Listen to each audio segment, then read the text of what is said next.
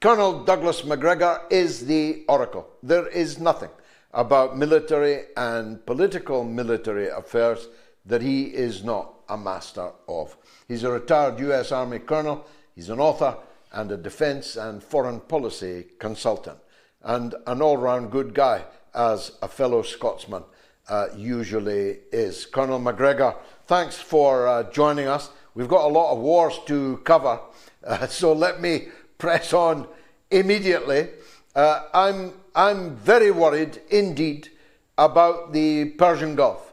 The Russians have evacuated their embassy in Tel Aviv, and the Americans have abandoned two of their most vulnerable military bases in Iraq, very peremptorily indeed.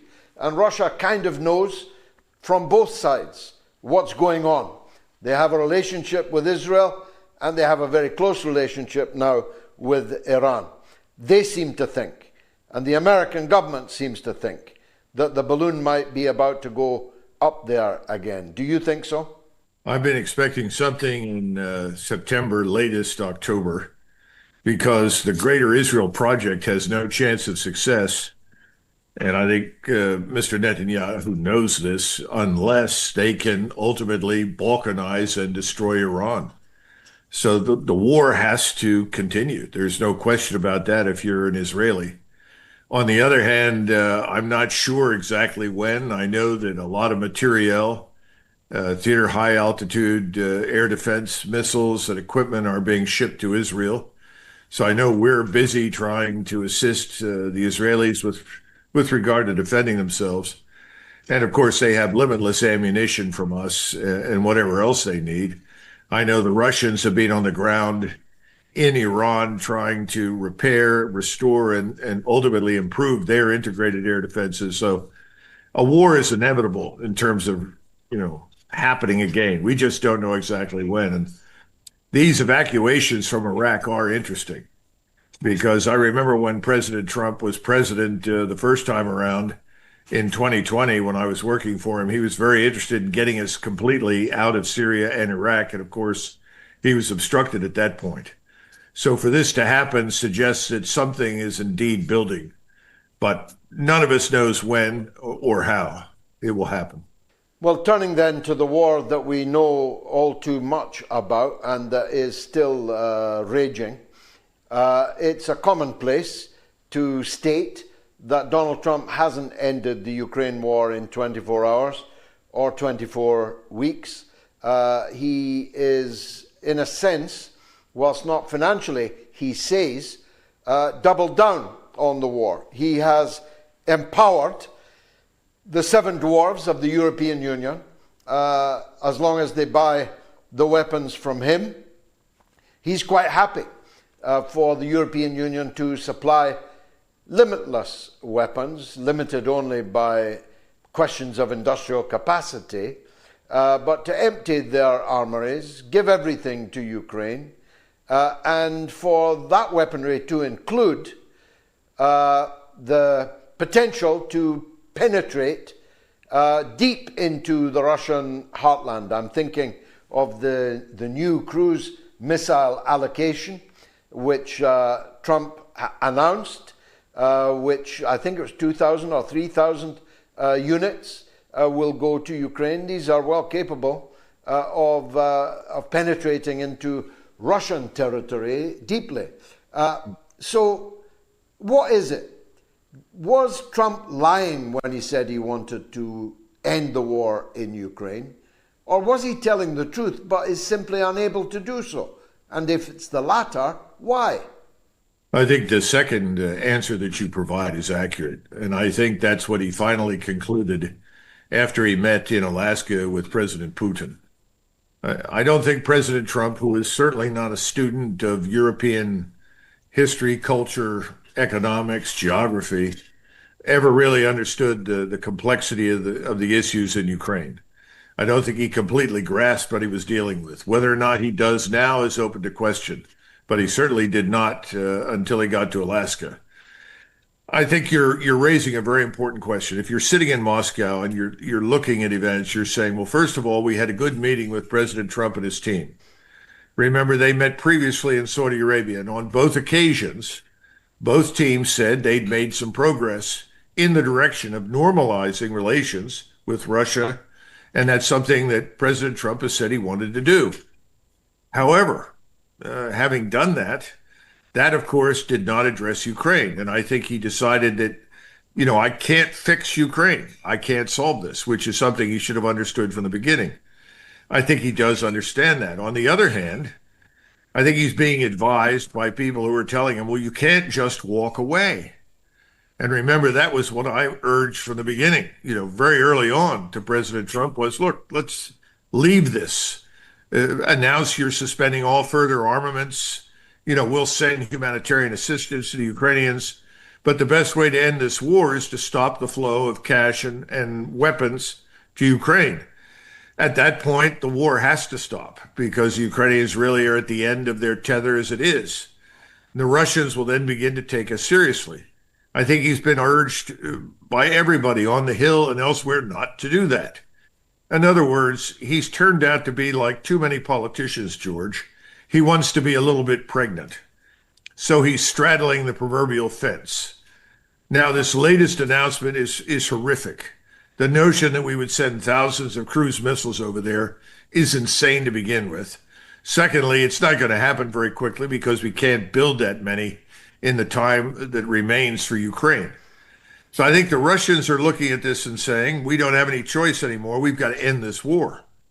So we're going to press ahead. Now, what does press ahead mean? Well, they've already got special operations forces on the outskirts of Odessa. They've already destroyed all potential military targets in and around Odessa. They're going to move towards Zaporizhzhia. They're going to get complete control of Kherson, all of the areas in southern Ukraine. There's no choice in that matter. And eventually, I think we'll see them occupy Odessa. I've always felt that way. They've said that for the last 3 years.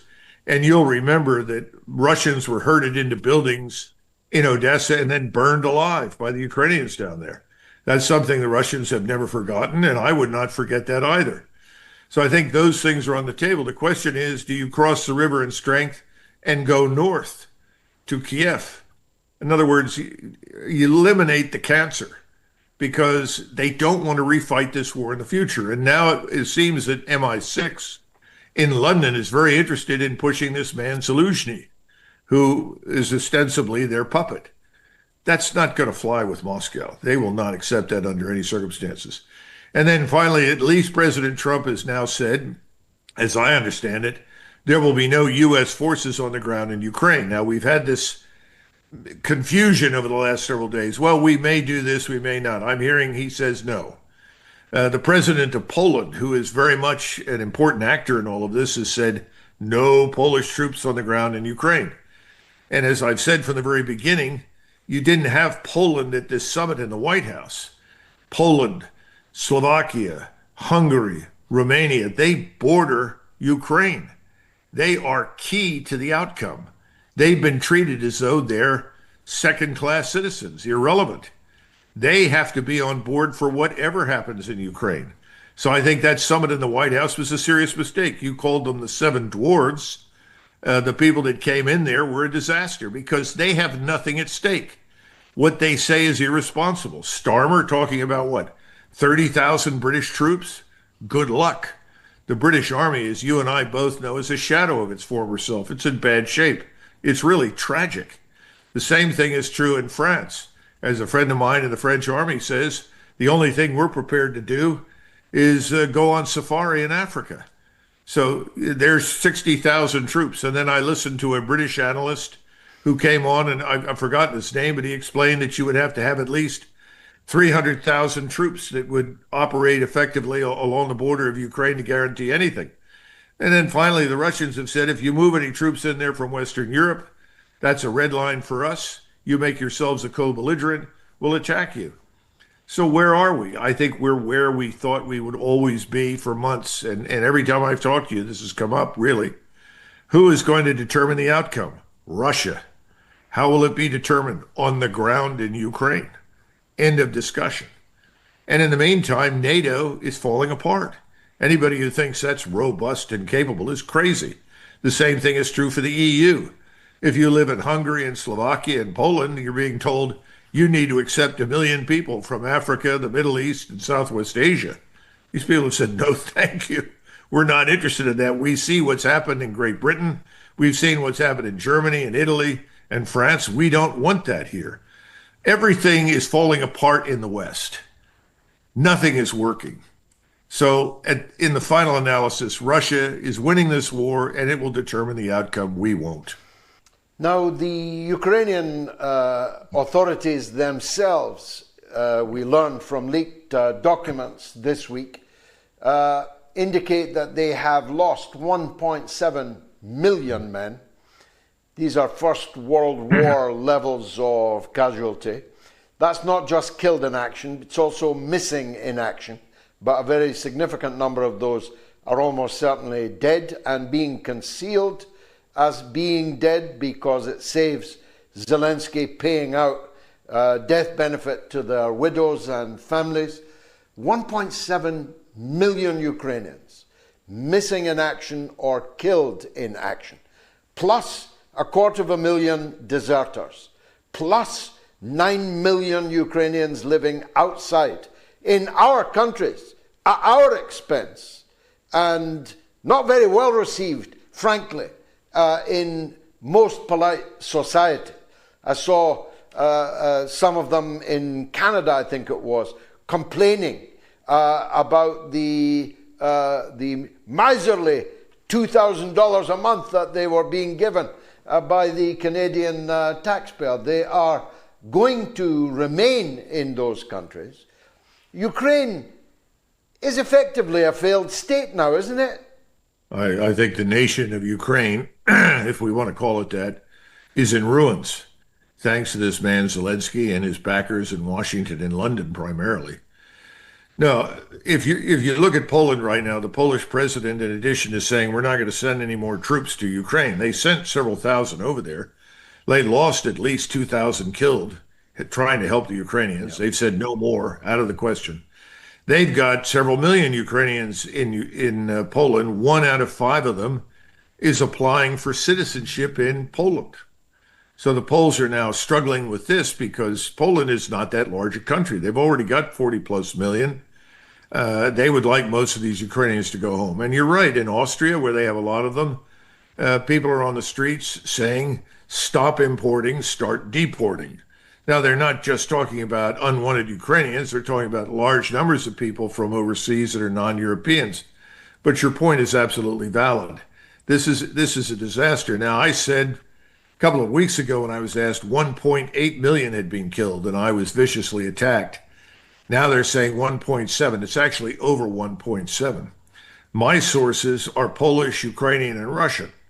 And what they try to do is the following. They try to read all the obituaries, actually visit the cemeteries, visit the hospitals, and more important, some of them have had the opportunity through commercial satellite coverage to find the mass graves. You were talking about people being killed and not reported. There are mass graves in eastern Ukraine of Ukrainian soldiers. Literally thousands in these graves, essentially bulldozed into the dirt and forgotten because the regime doesn't want to do what you described. And remember, you have so much corruption inside this military. If you want to be evacuated from the battlefield, you have to pay somebody in an ambulance to drive you to a hospital. What kind of an evacuation system is that for a military establishment? Ukraine is destroyed. It's finished. If President Trump really understood any of this, he would do what I said to begin with. Simply suspend the aid, say this regime is not legitimate, it's over. But he refuses to do that. You know, we have a similar situation, as you're well aware, in the Middle East. I think if President Trump really understood the reality on the ground in Gaza, he would stop supplying the Israelis. But he can't do that. He refuses to do that. We are prisoners of all sorts of forces right now in the United States, none of which are in our interest. Some of these are big donors. Some of these are political, industrial, but they're all bad. So the only conclusion I think most Americans can reach is we're not represented in Washington. Our government is divorced from us. I think you and many of your fellow citizens are reaching a similar conclusion. For sure. Now, earlier I interviewed your friend and mine, Larry Johnson. He was, as always, in tropical splendor. I wondered if he was on his way to Venezuela. And I asked him if he'd feel safe going to Venezuela. Is Trump really going? We talked about the seven dwarfs. He's got 7 warships off the coast of Venezuela and 4,000 Marines. What are they doing, Colonel? Well, there are 7 warships. I don't know if there are 4,000 Marines. I was told there are 4,000 Marines and sailors. That's not exactly an invasion force. But I must tell you that I see a tremendous amount of resemblance between Maduro and Saddam Hussein. If you put them side by side, they begin to look a lot alike. And we're seeing the same playbook applied. Demonize Maduro the way we demonize Saddam Hussein. You know, even though privately you can find a lot of people that will say, damn, we should have left Saddam Hussein in charge in Iraq. We were better off then than we are now. That may be true, but the problem with Maduro is very simply he has a very large country. This place is the size of France and Germany combined.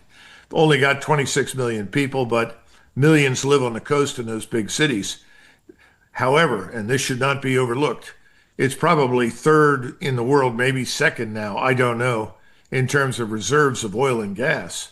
But they have very, very expensive, let's say, luxurious emerald mines and gold mines as well in Venezuela. So I suppose if you look at all of that against the backdrop of what we're discussing with another Saddam Hussein episode, it's not impossible that we could be headed there. Well, of course, Saddam fell because Russia was on the floor, drunk, having its pocket picked. Putin hadn't picked the country up and dusted it down then in 2003. In 2025, Venezuela has extensive relations, both with Russia and with China. Just signed a massive oil deal with China, and of course has a close relationship with Iran. And so it's all very circular, this. It's the same countries, it's the same actors being threatened by the same people. It's almost like war throughout the world, isn't it? Well, to some extent, you have to admit that what's good for the goose is good for the gander. In other words, we've done these things to the Russians in countries that border them. We've been up to all sorts of malevolent activity in Central Asia, in places like Kazakhstan and Uzbekistan, as well as obviously Ukraine, also now in Azerbaijan, which we see as helping Israel on the one hand, encircle and potentially harm Iran, but on the other side of that coin, Azerbaijan helps us break off Iran from Russia and the One Belt, One Road program, the infrastructure project that provides for rail transportation all the way to and from Iran from Shanghai. So there are a lot of things going on. So it makes sense that you would move into the Caribbean, into our soft underbelly. I keep watching Mexico very carefully because Mexico has always sided with whomever was against us. And I'd be very surprised if we don't see similar mischief down in Mexico. We ought to wake up and recognize the futility of what we've done in the Eastern Hemisphere and come to some sort of arrangement with both China and Russia in the Western Hemisphere. Having said that, though, I don't think the Russians or the Chinese are as foolish as we are. From the very beginning, it should have been obvious to anyone with half a brain that we could not fight and win any conflict against Russia on Russia's doorstep. That's just stupid. Strategically, it's an impossibility. We could not have defeated Germany if we had not had allies in the East as well as in the West to attack Germany during World War II. It would have been impossible. The Germans would have defeated us if we had only had the British as allies and attacked from the West. So the point is, I think Mr. Putin is going to be limited in what he's willing to invest in mischief in the Caribbean directed at us. And I think the same thing is true for the Chinese. So they will give Maduro help, but they're not going to do for him what we've done for Zelensky. which is essentially unconditional support and unlimited funds. That's not going to happen. Nevertheless, it can do us a lot of damage, obviously. But right now, beware of something. 2 Russian bombers landed in Venezuela, and it was treated in Washington as though this was the beginning of a new world war. Well, that's absurd. First of all, neither of them were armed. Okay, let's be realistic. There's nothing happening down there that is so terrible that it threatens our long-term national security. The issue for us is drugs and the drug trafficking and the human trafficking. You don't have to invade Venezuela to stop that. That can be done in other ways. So hopefully someone will wise up and recognize that. We just need to defend our borders. We haven't done that, George, and it's stupid. Is he a well man, Colonel? Donald Trump? Is he a well man? You know, I'm not a physician and I can't evaluate. I just think that sometimes he's coherent and sometimes he's not. And I think that he's in a position where he operates on the basis of instinct and impulse. There is no long-term strategic goal in mind. That's the problem. There's no coherent national strategy, whether it's industrial, economic, military, political. I see no long-term strategy. There was none under Biden. This is not a new phenomenon in the history of my country. The United States emerged from World War II suddenly with a lot of money, very wealthy, very powerful, lots of capability, and decided the world was its oyster. And we started meddling everywhere. Well, we're running out of money, running out of resources. We're running out of political credibility and legitimacy at home as well as abroad. It can't go on much longer. But my point is that when you have no strategy, any road takes you where you think you want to go. And so you've got a lot of people standing around President Trump. Oh, forget Ukraine.